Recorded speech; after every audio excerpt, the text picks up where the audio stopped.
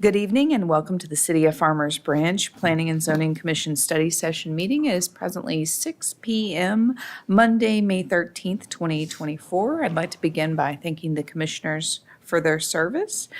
On our study session, up first, item A1, discuss regular agenda items. That takes us to item C1, consider approval of the April 22nd, 2024 Planning and Zoning Commission minutes and take appropriate action. Commissioners, any errors, typos, issues? All right. Seeing none, we'll move to item C2. Consider the request for a replat approval of Royal Hospitality Edition, lots 1R and 2R, Block A, located at 12099 Luna Road, and take appropriate action. Brian, you'll be presenting this one? Yes, ma'am, I will. Commissioners, if you have any questions, I'd be happy to take those now. Just as a point of clarification, and I will go over this in my presentation downstairs. So originally back in 2015, there was an SUP with a detailed site plan that had originally slated the lot to the north to be developed as multifamily and the one to the south to be developed as a hotel and entertainment center. However, that never came to fruition, which is hence why Roars had to come before us back in 2022 for the zoning amendment for that lot number 2.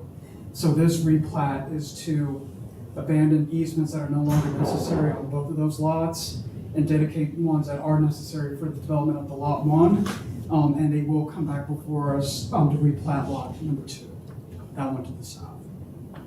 Great, thank you for that. Any further questions for staff? All right, thank you. Seeing none, we'll move to item D1.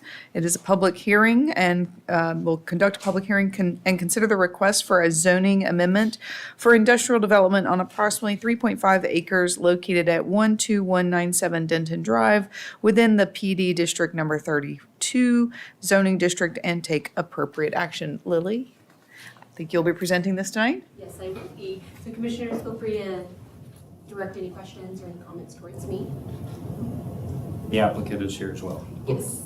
Yeah, I've got a couple, on the west, the trail easement, let's call the easement for to support the west side trail. What's the other part? Okay. So it's in there, it says that either they will build it or we will escrow funds for the city to build it. How and when does that decision get made, and how do you determine like how much, when does that actually happen? How do you determine how much it's going to cost, and like when does all that process occur? Did you want to answer that or do you want me to? I can answer. Oh, sure, go ahead. That's a great question. So the escrowing, that decision would need to be made so that we can create that agreement and that resolution that will go before council.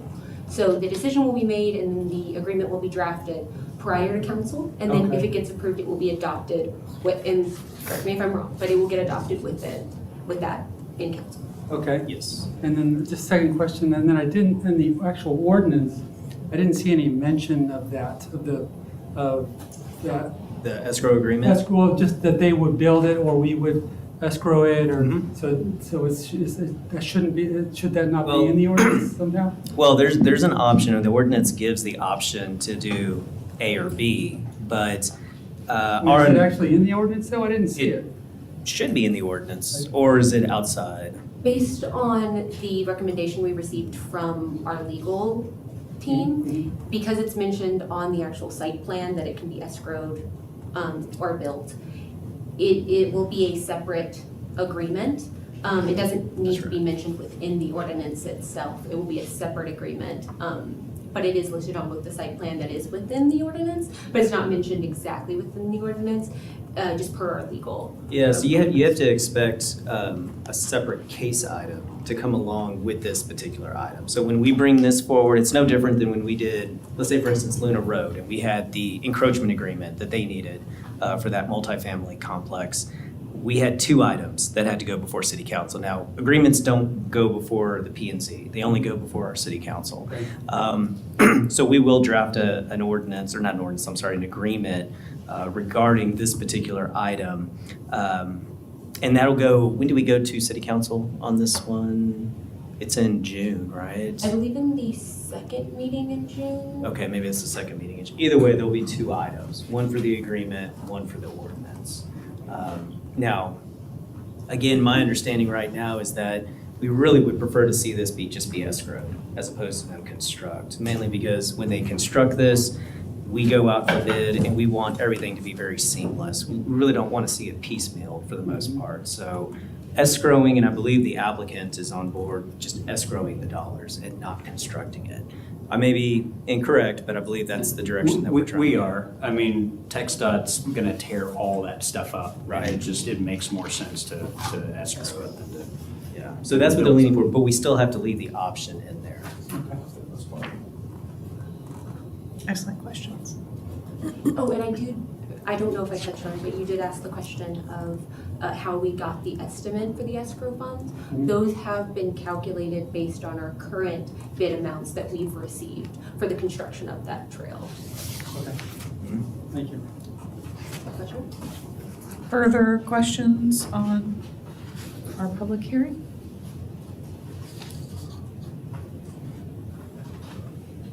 Seeing none, we will move back to study session item A2, discuss multifamily parking regulations.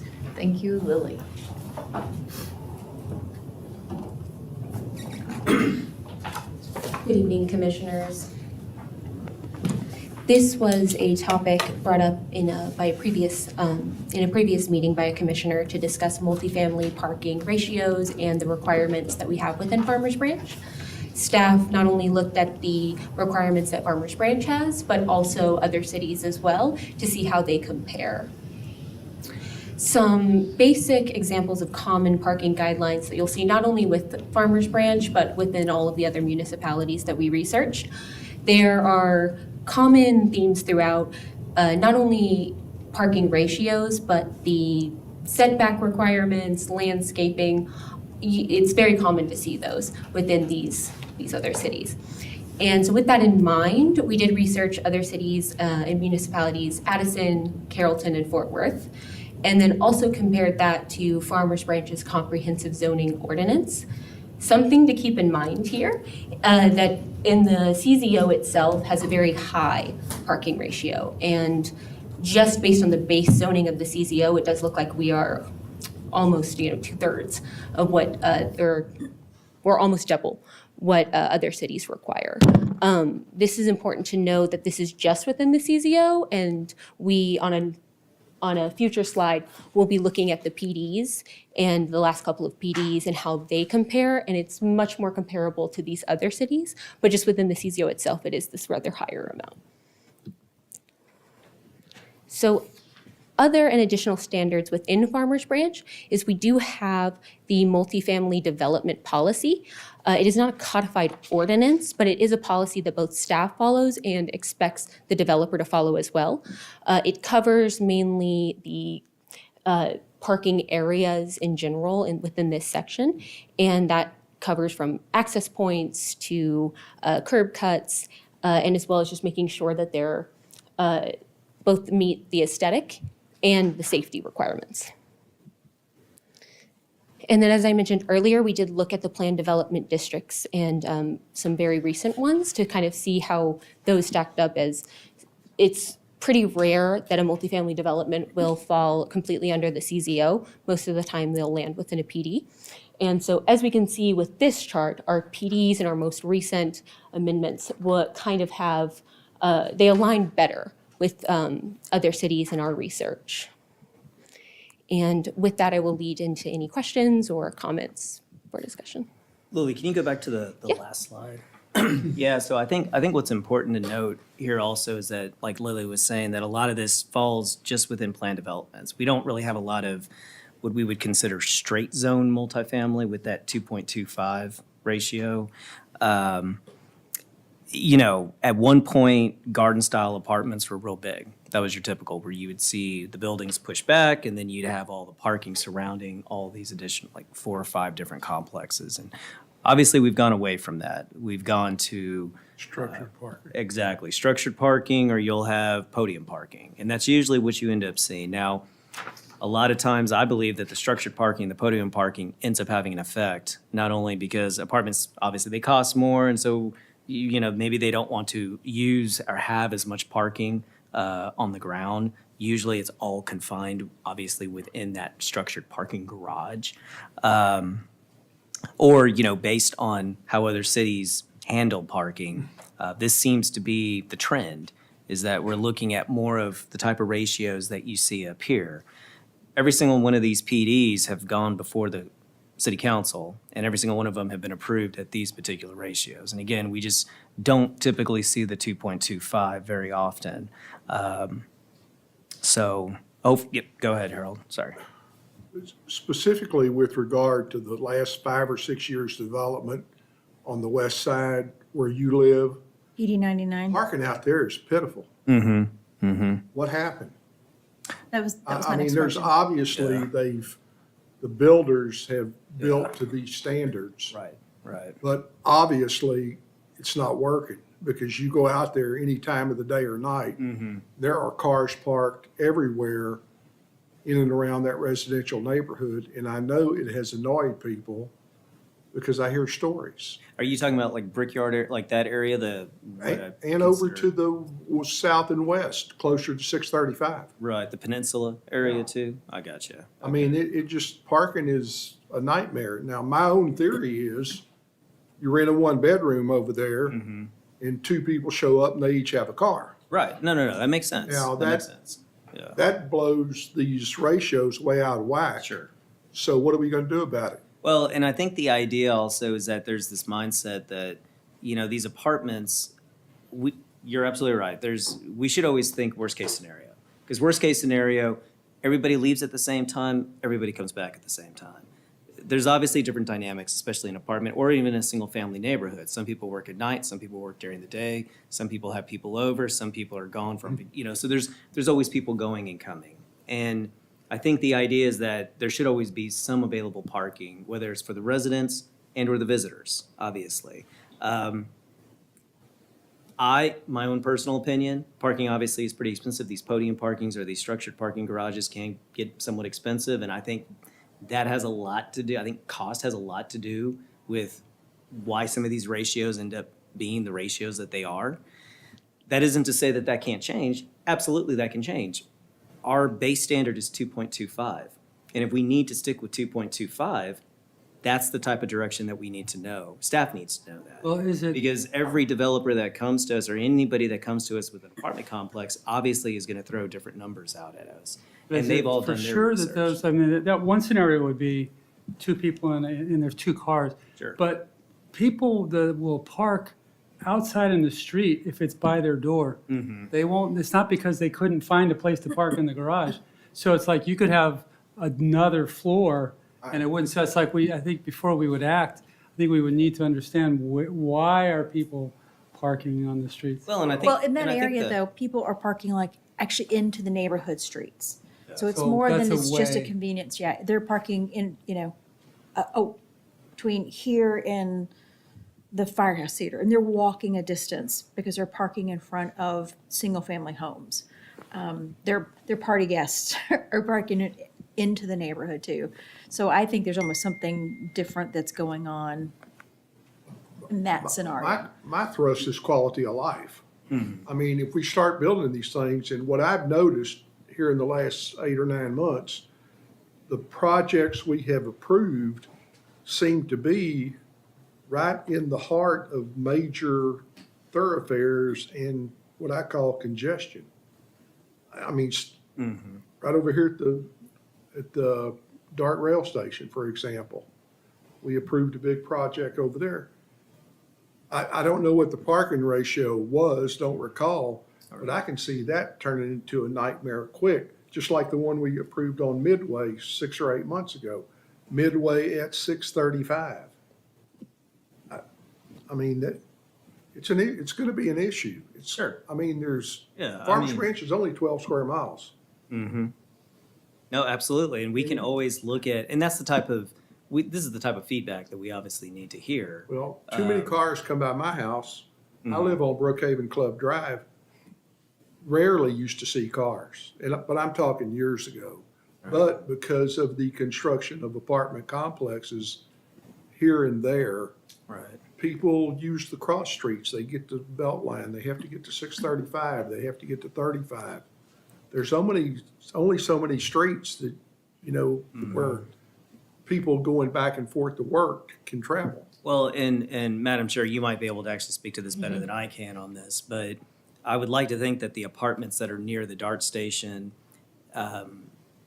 having these lower ratios is meant for folks that, A, don't have a vehicle. Like, the idea is that you can live in an apartment without a vehicle, still get on the DART, still take the bus. Great idea. Great idea, exactly. Does it work everywhere? Is it perfect? Maybe not. Maybe it works for some people in Texas. We are very car-centric. I mean, we definitely hold on to our vehicles because not everything is in walking distance. Not every grocery store, not everything is in walking distance. You can't walk to a Walmart from Mustang Station. I mean, I guess you can, but it might be difficult maybe. And I'm talking about super Walmart, not necessarily a neighborhood Walmart. But you might have some comments on this, or feedback. Yeah, Might be beneficial. I have, some study of these issues, and a couple of things that come to mind in what you're saying. And these are trends, nationwide as well as here. But I would say my observation in the Dallas-Fort Worth region is certainly, as you mentioned, highly automobile dependent. Though there are changes happening that are somewhat changing that formula, though it will occur slowly over time.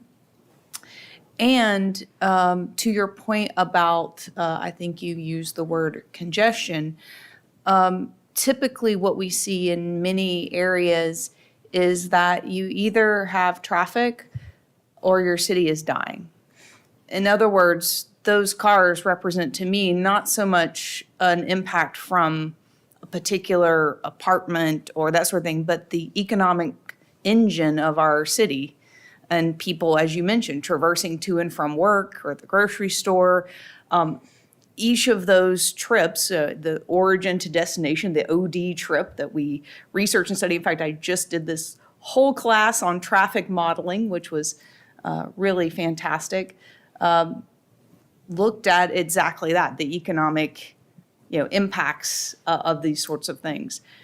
So I think it is a challenge in many areas. What I've observed is usually one of the routes that municipalities take, and this could be a consideration for Farmers Branch to look into, is curb management. So there are ways, in fact, the kind of the joke in a lot of transportation planning is that, the Constitution doesn't say that you are guaranteed to life, liberty, and free parking. But that free parking, we know, is not actually free. And to your point about quality of life, if we wish to maintain particular quality of life, the way to most effectively and efficiently do that, as has been shown by many municipalities throughout the United States, is through those curb management policies. And that will mean then likely that parking is no longer free. That, however, is historically, the most effective strategy to achieve some of that quality. Metering, is that the primary? Yeah, there are metering techniques, but the metering has really changed in technology. So it no longer requires, coins or that it's sort of all thing. app-based, Yeah, it's a QR code, and you can do that for a whole area, and there are also, different, mechanisms around those sorts of things in terms of permitting and, so there are there's a whole suite. There are people who research only that and, companies that do all of those things. I can't claim to be, expert in all of those things, but I do know that is frequently utilized, again, when it becomes a quality of life challenge, or that's the observation or the direction.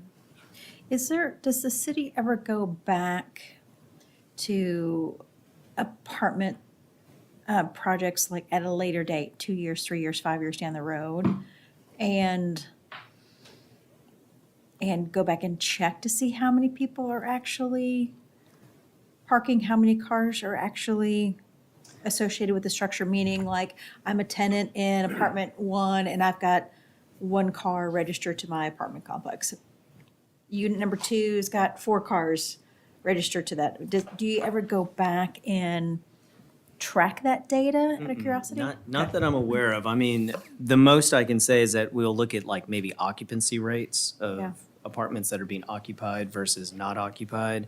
And 9 times out of 10, a lot of these apartments are fully occupied, you know. Yeah. But when it comes to the parking, that is something that we don't Could necessarily we have look an at. ordinance that required, since we require a parking ratio, Mm-hmm. could we require the management of that apartment to issue a sticker for the car windshield? Could, Well, that would be part of a larger curb management strategy. Curb management can include those types of permitting, but it would have to be done in a larger strategy around other permitting and practices. And I don't know the Yeah, legality of it, that'd be but something good for y'all to study. We could study that. I mean, for that to be a part of an ordinance, I'd have to talk to our legal team to see if that's I even something understand. that, I wouldn't be able to answer that right now, but. When she mentioned curb management, that's what made me think about permitted cars. In other words, you pull into the garage, you gotta have a sticker. Or if you park on the premises, you gotta have a Now, sticker. that makes I sense. think a lot of Oh, go ahead. I'm I sorry. think a lot of buildings do that already, but that wouldn't solve the problem of The cars streets that parking are outside of the Because structure. outside is, anybody can park. When you're talking about Public parking space, those are all streets, public. yeah. Anything that's within the public right of way is public. That's outside of the You put private parking property. meters. So a lot of the heartburn is around the neighborhoods and the parking burden that is happening in those HOA controlled neighborhoods. Would the HOA have a mechanism to be able to issue stickers for any streets within the HOA? Now, that's something that we would definitely have to look at. That I couldn't answer for sure. That's where it gets to, how do you know what belongs to the resident within that neighborhood versus what belongs to, an apartment complex that's across the street? These are not privately gated communities. These are all open communities.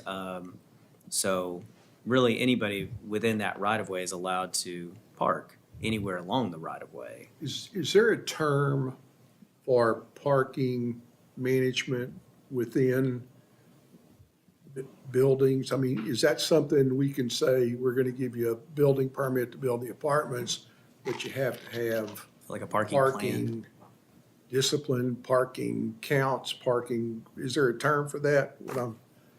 I think parking management is the overall term, just as you use, but again, I think from the municipality standpoint, it really stops at the there are 2 mechanisms, and one is I hear you. zoning, and here, the other is, just like anything that we talk about, all the E's, there's also education, right? And like opportunities there, and on the enforcement side. So, but then you get at, again, a parking management and curb management strategy whereby, to be clear, the parking is no longer free for anyone, right? So it's not as though then, there's no free parking, there's no free pass, right? And so, but the idea there would be recognizing that those folks who are residents there would then have garages, similar things, but their quote overflow, just like what you're calling for an apartment building overflow, they would be similarly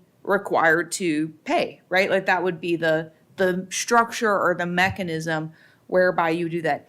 Typically, what I've observed in other municipalities is that's usually only done when it becomes at a level of public safety, right? So yes, there's the quality of life, but it has to be at a level, and often that's done with other streetscape improvements and a retrofit of the roadway.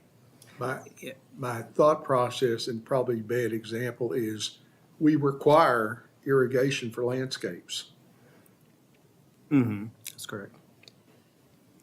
Why can't we require parking plan, parking permits, or, We do, they're, well, it's a Illustrated here. ratio. But Yeah, and that's, again, and I want to be sure that I'm clear on a couple of things also. Like when it comes to a lot of these planned developments, the parking has already been like, those ratios are definitely set within the law. Absolutely. So anything new that comes in, obviously, we can always look closer at this parking. When it gets to like registrations and the parking plan that you're talking about, I absolutely do believe that most parking garages, if I'm not mistaken, again, I don't live in an apartment, but most of these parking garages, you do have to be registered. Your vehicle has to be registered. You can't just park in that parking garage. They'll tell you. Yeah, they'll tell you, absolutely. And there has to be a section for visitor parking also.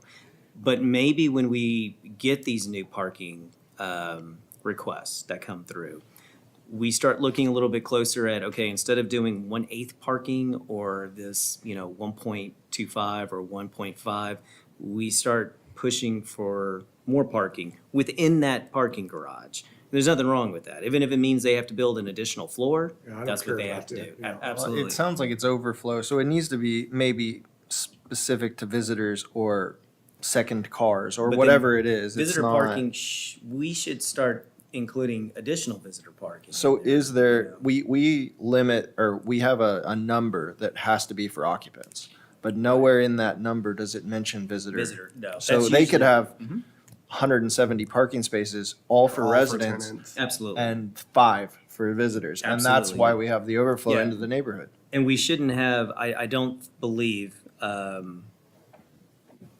and thinking about it right now, yeah, we don't have anything within any of our parking standards right now that calls out for visitor So I parking think there needs to specifically. be a specific number, maybe it's half a parking spot for every square foot or number of units or something.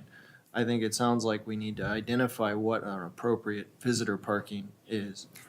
We could research that to see if other cities have done something like that, and if they haven't, we could be the first. Well, I could mean, you, that's when something you're that we doing could absolutely bring research, so like back. an example, the west side, again, I think about, would love to know the real data behind who are these people, why are they parking? Mm. And so one would be to go pick an apartment and actually do a study, but I'm wondering if there's somebody that has done a study somewhere in the same scenario that we could find where this is what they found and bring that back to data as far as, is it overflow, where they, is it, Amber, where do are you they know coming if from? ULI has done a study on that? I'm not certain about ULI on that issue. I will say that we have previously here in Farmers Branch, and I wish Linda Bertle were here because she was actually on the group that did this. It actually predates me, but I was informed of it. So this is kind of secondhand information, but my understanding from talking to Linda Bertle was that they actually, as part of their COPS, their Citizens on Patrol, went around to many of these places. And Marcus, to your point, they did discover that in several of the examples, at least that they observed, that there were numerous empty spaces within that garage. They were just on the highest levels, and that was perceived as less convenient than the walk. And so that's why I mentioned the E of education, and those sorts of things. Now, that comes from, several years ago, but, so I don't know, to your point, the actual on the ground data as it occurs, but I do have that piece of information from our police force. And, also as they were going around looking at these ways to minimize crime in different garages and as they're patrolling them, that was a frequent observation from my memory of their discussion. So again, certainly there is a challenge or an issue because people are having these issues, but the solution to it may not need to be so drastic, right? There could be less intense solutions potentially available. Again, I'm not there on the ground. I'm just basing this off of those previous conversations from the Citizens on Patrol. What can we recommend staff do to identify those less burdensome items? What can we request today? That's a good question. Yeah, I mean, we obviously, and one thing I just wanted to add also, a lot of these, like PD 86 is, I think, a really good example of where you see apartments that, Presidium is a good example of apartments that have podium parking, there's on-street parking, but ultimately the larger vision for PD 86 is to have on-street parking pretty much almost everywhere within PD 86. It's going to take time. Parking But- meters up. Well, right, but but I guess what I'm saying ultimately is that there isn't necessarily. I mean, there's a parking standard, but the idea is that you can park on the street. Your visitors can park on the street. You can park, obviously, if you're a resident of the apartment complex or any of those apartment complexes, you can park actually in the garage. But the idea again is to have parking utilized everywhere throughout the whole entire area because it's supposed to be this. Well, but you more- got to define area. Sure, And- all of and all of PD 86. I would all of worry PD that if we 86. made paid parking around those apartment complexes, Mm-hmm. you're gonna force more people into the neighborhoods.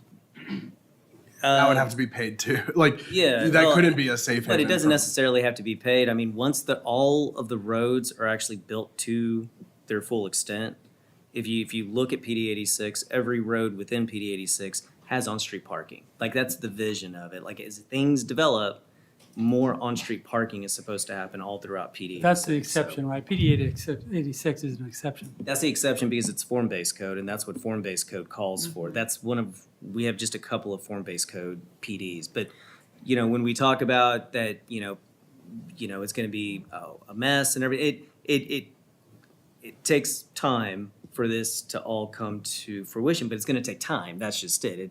Patience and time. And I think we want to see things happen like quick and now. I can say that as far as coming up with some research, we could definitely look at other cities. I think if parking is a real big issue, which we can absolutely, look at some of these other apartment complexes. We can drive out to some of the neighborhoods, see what kind of spillover we're talking about. If we need to consider more of a visitor section for parking also, not just a parking ratio. So we have a parking ratio, but then on top of that, there's still additional, like you were saying, so many visitor parking spaces per unit. I think ultimately this probably is going to bring us back. It's going to bring us back to the 2.25 ultimately or more. But if that's what it's going to call for, that is maybe what it's going to call for. It's just something that we'll need to research for sure. We could probably bring back like some numbers I of think how it'll other be- cities address. I don't think it's necessary everywhere. I think when you're within a certain distance of a residential neighborhood of single-family houses, where there is the potential to overflow and cause a burden on that, Yeah. where they're not expecting to have that type of traffic, Right. that is where it's more necessary. So if we're 3 miles away from a single-family housing, or if we're closer to industrial, it's not necessary. Yeah. And I think we found ourselves in this. Well, when I think about the situation on the west side, it's interesting because again, we started with an employment district that had multifamily all combined, and as single family, as the area got rezoned, and it did, the zoning changed to single family, which would have been the desire at that time. That brought in the single family homes, but it left these enclaves of PD 88 that allowed for this high density, and that's how we ended up with this high density right next door to single family, where you've got a 4-story apartment complex that's looking over at a single family home. Really, ultimately, ideally in a perfect world, in a master plan type situation, that would never occur. You would never have a 4-story apartment complex next to a single family home. You need transition, you need the missing middle in the middle. There's the west side, it's one of these situations where again, these enclaves were somewhat left over. And that's why we're seeing a lot of these apartments merged in with these single-family homes, in my opinion. Looks like Houston. Very similar to that. And so, yeah, as far as the west side is concerned, without a doubt, there's not much space left on the west side, to be honest with you. I mean, as far as for multifamily to even occur, I mean, there is a lot of by right on the west side. If I think about the rest of Brickyard, or I think of, I'm trying to think of some of these What other. about that big building? I mean, they're gonna, Billingsley owns the building. I can't think of the name of it. Oh, where the offices are? Yeah, big Or- white ugly building. It's been out there for 12, 15 years. First building out there. Oh, but there's all, Brinks, where Brinks, Brinks. That's still They're slated. they're gonna come someday and change the zoning on that. Yeah, that is slated for more multifamily. There's a section within that that's next to it that is slated for multifamily by right. So we have to expect apartments to end up occurring in that location also as well, which, you know, as long as it's designed correctly, and I mean, it could be, it'd be good for the area, but I understand also that we're gonna have a discussion about multifamily with city council very soon. That's on the agenda to talk to them about, because council's been asking about where are we at with multifamily in the west side, the central side, and the east side. Is there any consulting firm that could tell us about occupancy, in other words, not in future occupancy, that sort of thing? As far as like how, Like if you build one, you don't want to let it sit there and be vacant because they're having to charge more money for rent, and nobody wants to pay it. That, yeah, I guess I mean, you get to a certain point. See, I think that's what's going on out there now. is that. Rents there- are so high Yeah. that one person is having a difficult time paying the rent, $1,400 a month on a one-bedroom apartment. So they get a friend to move in with them, then you got two cars. And you got two cars, I gotcha. That's economic.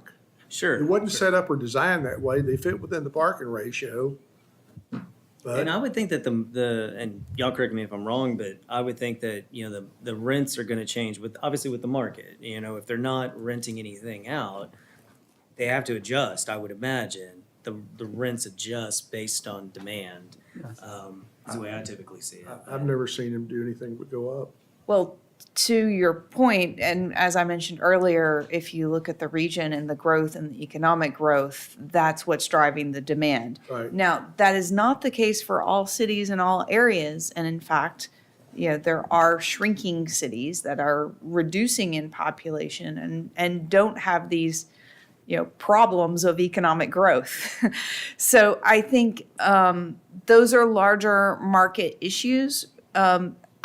From my perspective and understanding, and again, going back to the data and the research, one of the better ways to address that issue of cost is exactly what's in our comprehensive plan around missing middle and additional capacity. That's just basic supply and demand economics. I will add to that in terms of research around parking, and as that goes to your point, two folks who I've mentioned before. One is Donald Shoup, who is the foremost expert on parking in the United States. And the other, there's a recent book out by Henry Grabar, Grabar. I've read Donald Shoup's book and this one I just returned back to the library. But in all of these cases, there are complex challenges for sure. And a lot of it has to do not only with population, but with expectation. And again, the way that we've designed our cities. So I would venture to say that these things will continue to be challenges, but are dynamic and changing also along with our transportation plan. So the other strategy that would be, in my mind, one of the foremost to help alleviate our parking challenges is simply to be a better city for people who may want to be in one of those apartments and not own a car. So that would, to your point, you might then still be able to have two people and only have one vehicle in a household. So there's a lot, you know, again, there's a lot of different angles and ways to address this. There's a ton of research on this and So experts. again, I still want to go back to research because, like, knowing, like, again, just picking an example, let's say it's the west side, it would really help me to know why the people are parking on the street. Is there an empty floor? Is it overflow from guests having a party? Is it convenience? Like, you know, we can make a fix and be fixing the wrong problem. And I don't know if it's just going there to having a consulting firm like go out there and study it and say, this is why where these people are, this is why they're parking there. And then we have data, otherwise we're just sort of, we're guessing, is it people? Can I make a suggestion? Sorry. Oh, yeah, I'm sorry, we can't. We'll, not in this forum, but, during your speaking time downstairs. Oh, it has nothing, like. Yeah, no, this is just we don't have citizen comments or other. Participants. So I think there's a lot going, and we appreciate, Lily, you bringing this to our attention. Again, in terms of staff asking for direction, from council, I think you've heard a lot. I would just be clear in my understanding and direction from, again, my understanding of this research, which would be not to have that increased parking number. That I understand that there are certainly challenges, but I think that these parking ratios may not be what's creating the challenges we're seeing, and I would not recommend for higher parking ratios. Absolutely. Thank you for that, for letting us know. I will make if I may, a general observation. We do, because we are taking this to council, not necessarily the parking data, but multifamily capacity in general, we do have a map of the proposed multifamily complexes that we have.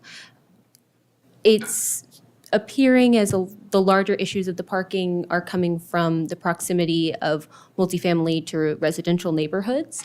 And we might be able to put some sort of buffer around those proposed and see where they fall and kind of where the buffer lines and if there's an appropriate distance for future developments as well, if the commission thinks that might be helpful. That'd be great. Thank you, Lily. Absolutely. Something to consider. Did y'all have any other comments? Anything further? The only thing I would say is just, you make a good point that some of the friction, I think, that we see when there's low density directly adjacent to high density is because there's no missing middle, or there is a missing middle, right? I guess I should say. And I recall, I know that's part of the comprehensive plan and everything like that, but I recall it may have been a meeting I missed, but I thought there was, maybe it's kind of on your staff's 2024 sort of plan of work items or something, but I recall something on a list of we would be covering sort of strategies to implement missing middle or something like that, like infill, right? Mm-hmm.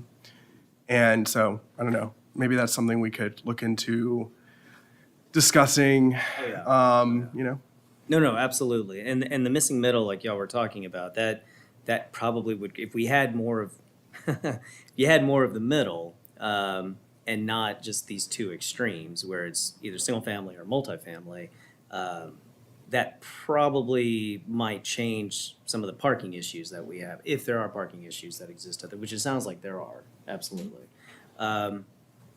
It just so happens, again, when you talk about the west side, and again, like Lily was talking about earlier, we'll have a conversation with city council to talk to them about where we stand currently with multifamily on the west side, the central and the east, and where we see, if we're going to see more multifamily, where that could happen. Or if we're pretty much hitting the capacity or nearing a capacity in our city. It's hard to tell. There's a lot to talk about when it comes to multifamily. And again, this is just as important when we start talking about the parking side of it. I still think it's a good idea to, consider some parking ratios, which not to say that anyone is wrong or right or whatever, but if we need to discuss, upping the ratio on a case-by-case basis, depending on the situation, if it's closer to a DART station, maybe not so much. If it's further out, where you're talking about somewhere on the east side where there's no sidewalks and you basically have to have a car, maybe that's something that we could consider, which we normally do anyway when we do plan developments. The beauty of the plan development is the ratio is all over the place. it really depends on the case, or depends on the site for the most part. So looking at the surrounding properties and the surrounding uses, I think are gonna dictate a lot of what kind of parking ratios would be most appropriate. But we can absolutely still look at other cities. We can look to see how they've addressed visitor parking also as well. We only looked at just a couple of cities, a few cities, and this is really to get more direction from these folks, which, it sounds like we've got varying opinions on some of these items, and we can still wrap all this up and bring this back. Did you say like the Brickyard area, are there some green sites that are allowed by right? That there can be more multifamily in that area? Right, yeah, there's still more multifamily. I don't think all of the Brickyard has been constructed. There's still phases that have not been constructed, right? Yes, there are several phases that have yet to be We constructed. still have quite a few, and a lot of it it's by right. I mean, they've already, it's not that there's not a limit on the unit count, there's a limit on the unit count, so they can only build so many units in certain areas. But none of that has occurred. So there'd still be a process where we still need to approve certain site plans. And I think actually conceptual site plans have already been approved, but we would still have to go through that detailed site plan process. So, but all of that, at this point right now, we're on track to go to the next city council meeting to have a discussion with them about multifamily. If that changes, obviously we'll make note of that, but we should still be on track to talk to them about multifamily. So that'd be a good one to tune into, in my opinion. I'm also reminded of our field trip we took with our colleague Dallas and his discussions around some of these issues and challenges. And I think, what I recall him saying pretty clearly is that, again, to your point, these things vary based off the site, the proximity, the development itself, and that generally the desire of those developers is to also have happy residents so that they're having, folks stay and, good tenants and that sort of thing. And so they are incentivized also to, get this at least close to right, as far as they can tell. Again, I do understand there are issues with cost and that does play a role in this.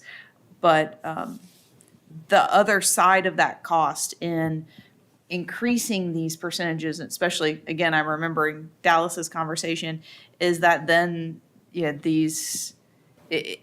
doesn't help the then affordability of those units. Again, Harold, to your point, that doesn't make it, reasonable for our potential residents who might want to live here.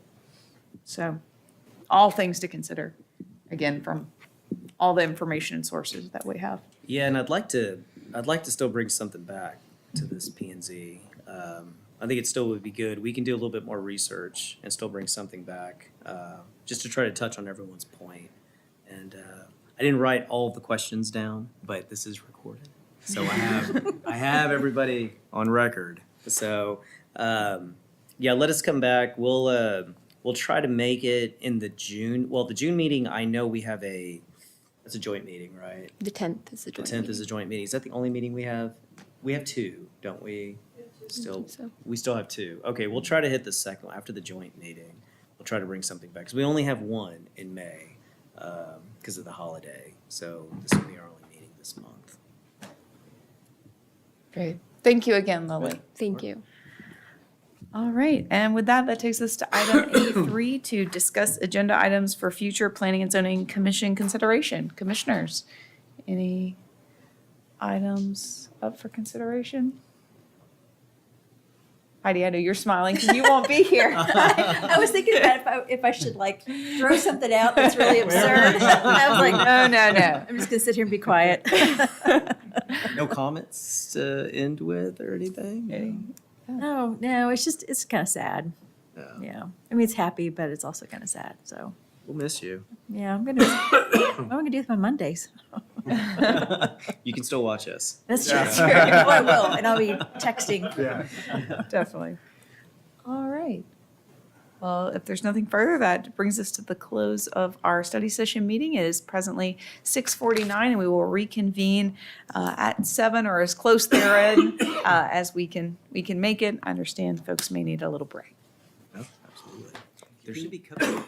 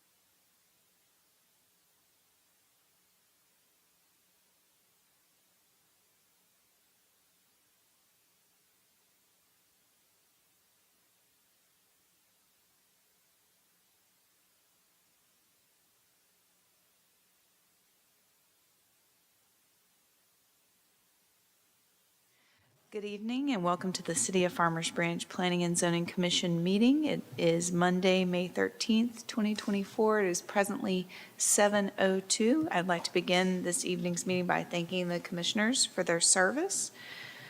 Up first on our agenda are citizen comments. This agenda item provides an opportunity for citizens to address the Planning and Zoning Commission on any matter that is not posted on the agenda.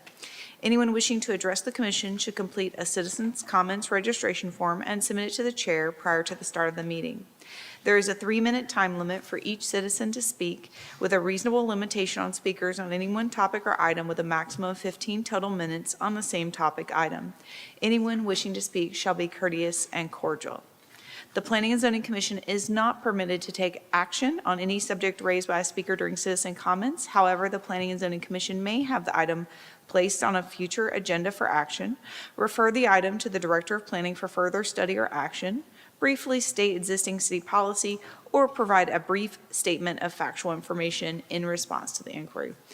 This evening, I've received no citizen comments forms, and I see no citizens coming forward to speak, so I appreciate that. Up next, item C1, we will consider approval of the April 22nd, 2024 Planning and Zoning Commission minutes and take appropriate action. Commissioners?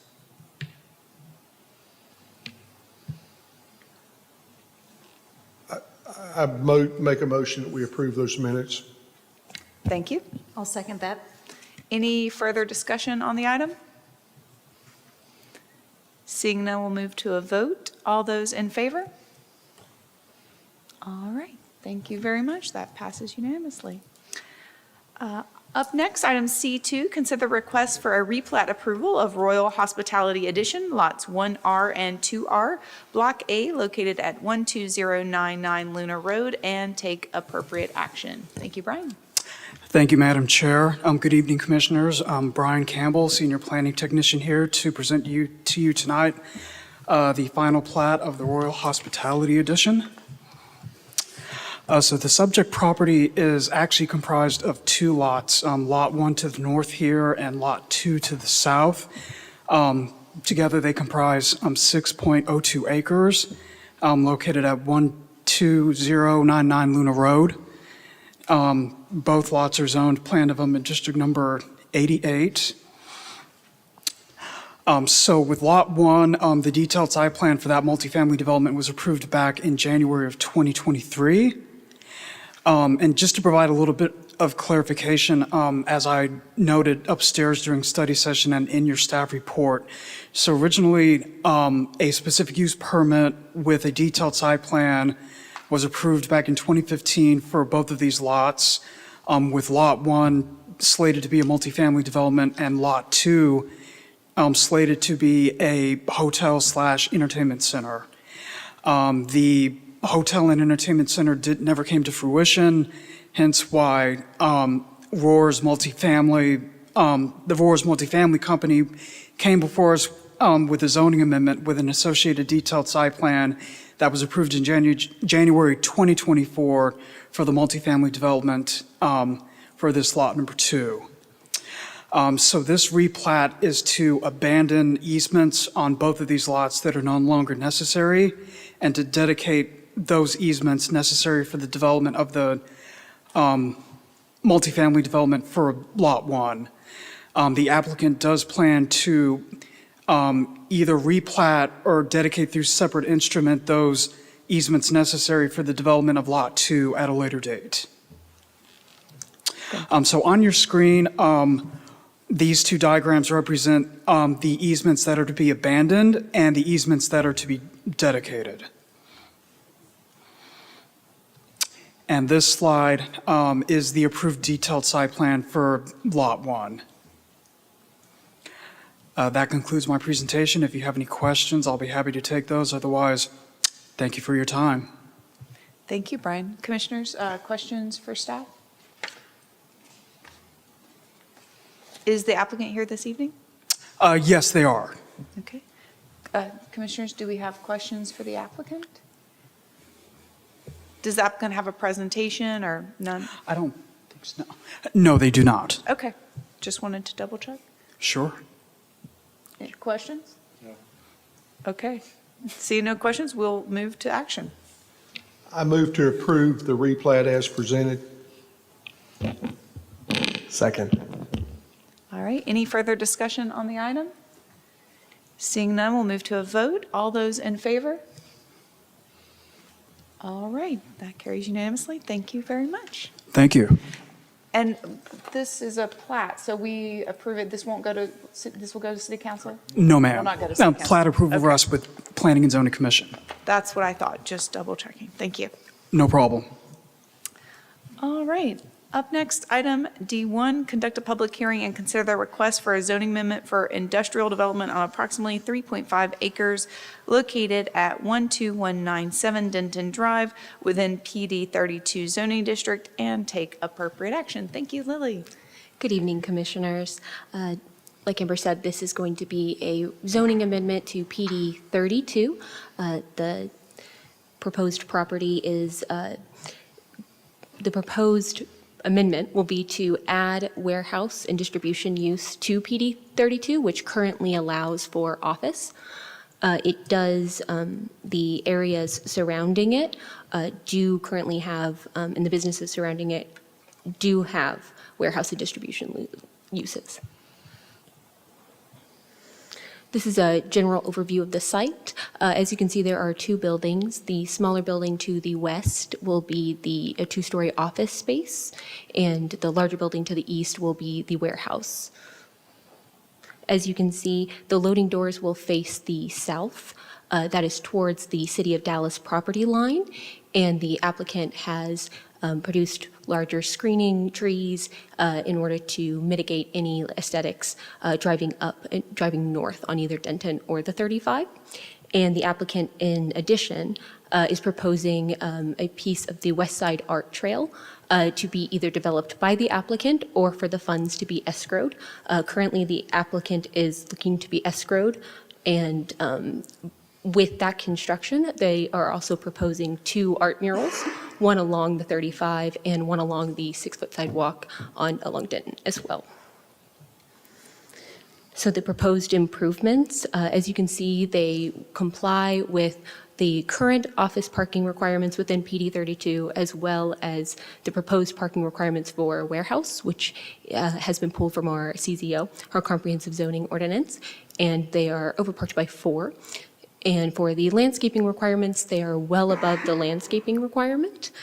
And again, they added those additional shrubs and trees to screen both the parking for the service parking as well as those loading doors.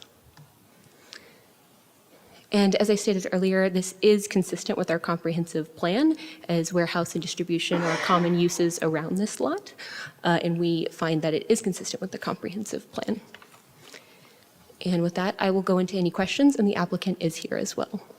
Great, thank you. Any questions for staff? Do we know if there's a tenant for this building, or is it a spec building?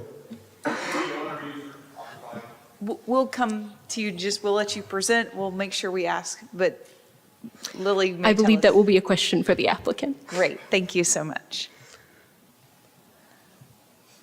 Anything else for staff? Okay. Applicant, if you wouldn't mind, please, we welcome you to step forward. Please state your name and address for the record, and if you have a presentation, I do, is it? The supplemental slide should be on there, so anything that was separate from that. Okay. Oh, you just added it onto it. Exactly. Gotcha. Okay, great. Hi, my name is Tyler Adams. I'm at 100 North Cottonwood Drive, Suite 104 in Richardson, Texas.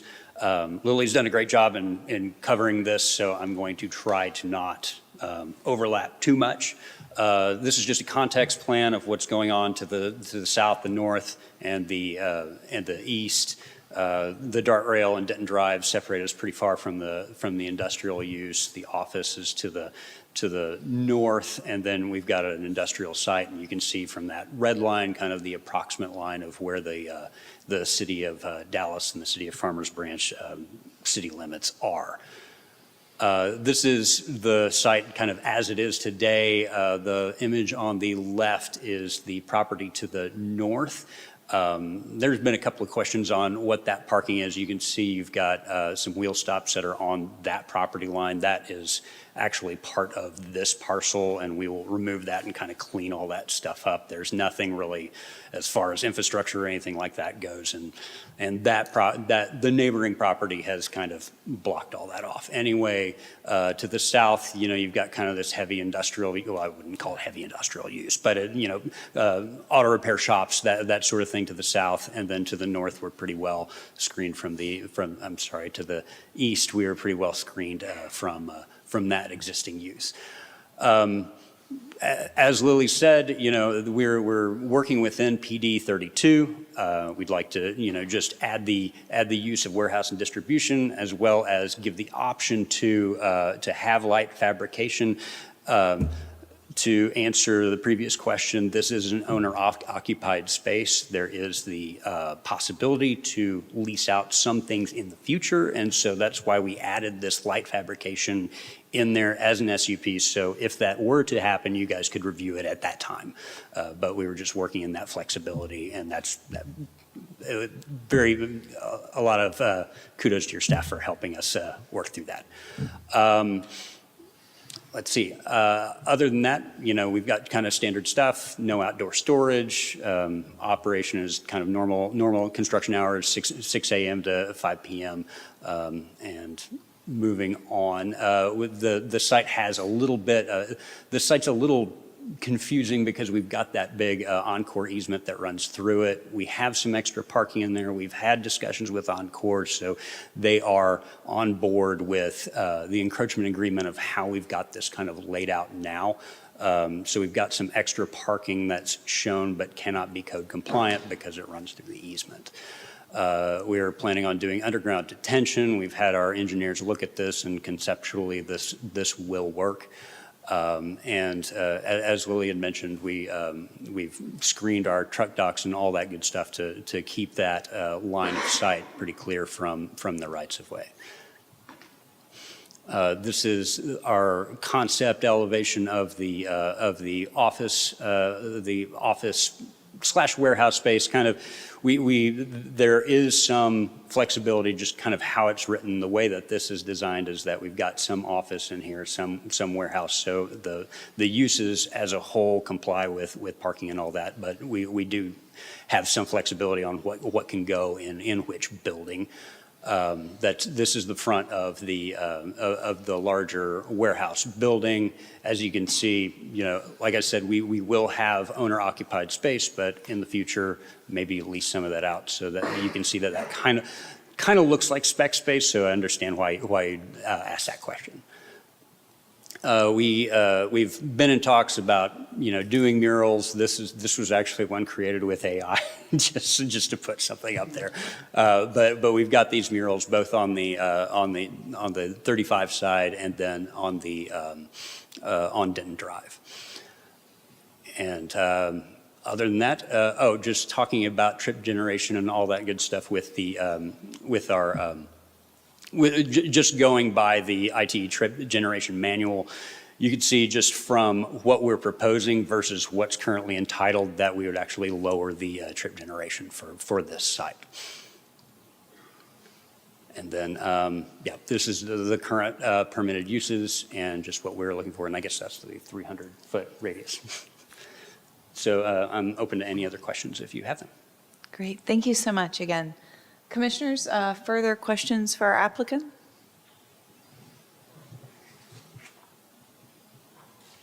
Yes, so could you go back to the slide where it showed the 18-wheelers, like it's 2 or 3 slides ago? There's that one right there. Yeah, that one right there. So that is, I'm just curious, is the direction of the flow of that traffic, will they say come in on Denton Drive side and exit on the 35 side? Is it two-way? Like, what is the plan for how these access, Right. trucks access the? The plan is to come off of Denton Drive to back into that space and then exit off of, actually to have the option to exit either off of Denton or off of the access road.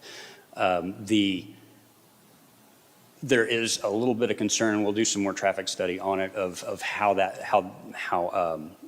35 may be blocked because of that. So, but generally, yeah, I mean, we've got the option to do both.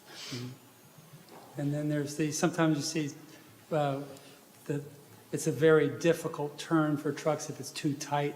Right. Like it seems kind of tight. Is this, do you foresee any issues with the ability of these trucks to sort of maneuver? Let me see if, because we kind of merged our things together some. Here you can kind of see that the fire lanes are shown on that dashed line, and those are 20-foot radiuses just to comply with your ordinance. However, we are providing 30-foot radii, and just more ample space to make those turns. So we're exceeding the city standards in order to make it easier to navigate. Okay, thank you. Any further questions for our applicant? All right, well, this is a public hearing, so we will open the public hearing and are willing to receive any comments from the public. Seeing none, I remind commissioners that we'll first close the public hearing. I'd like to make a motion that we close the public hearing. Thank you. Second. Any further discussion?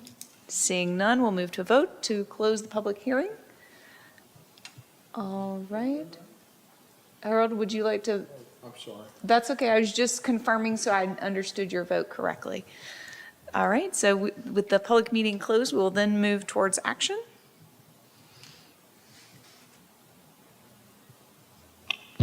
I'd like to make a motion to approve as presented. All right. We have a motion to recommend approval. I'll second it. Seconded. Any further discussion on the topic? Seeing none, we'll move to a vote. All those in favor to recommend approval? All right, that carries unanimously, and this will go to City Council Yes, we're currently tracking it to go on June 18th. June 18th. Thank you so much, Lily. Again, My appreciate pleasure. it. Thank you, Commissioners. And with that, we will adjourn our meeting. It is 7:19 p.m. Thank you all.